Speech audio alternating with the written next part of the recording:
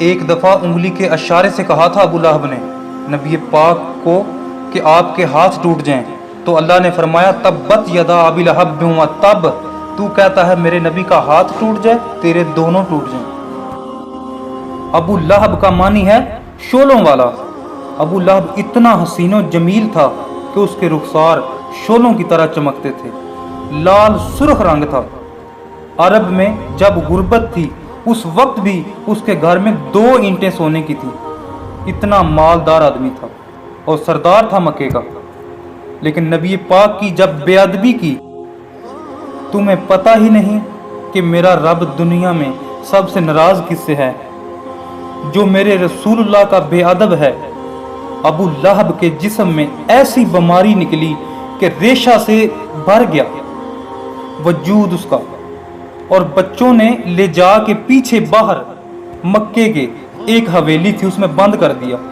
چیختا تھا، چلاتا تھا، کوئی مجھے بچاؤ، کوئی مجھے پانی پلاؤ۔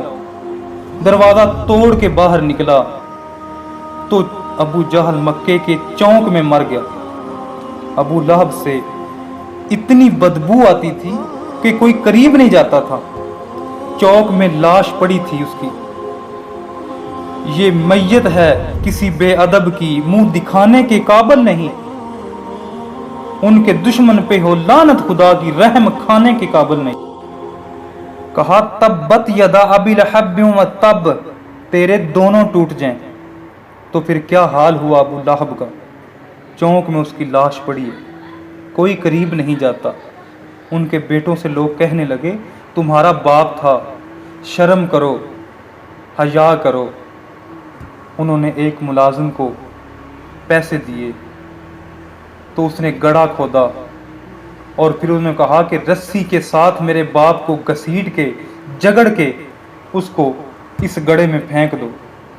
مکے کی گلی میں پکڑ کر رسی سے ساتھ اس کی ٹانگ کو گھسیٹ کے اسے گڑھے میں ڈال دیا، مٹی ڈال دی۔ بدبو پھیل رہی ہے اور بدبو کا ڈھیر انہوں نے بند کر دیا۔ ابو لہب مکے کا سردار تھا اور وہ میرے حضور کا بے ادب تھا۔ تو پھر زمانے نے دیکھا کہ ابو لہب کا کیا حال ہوا۔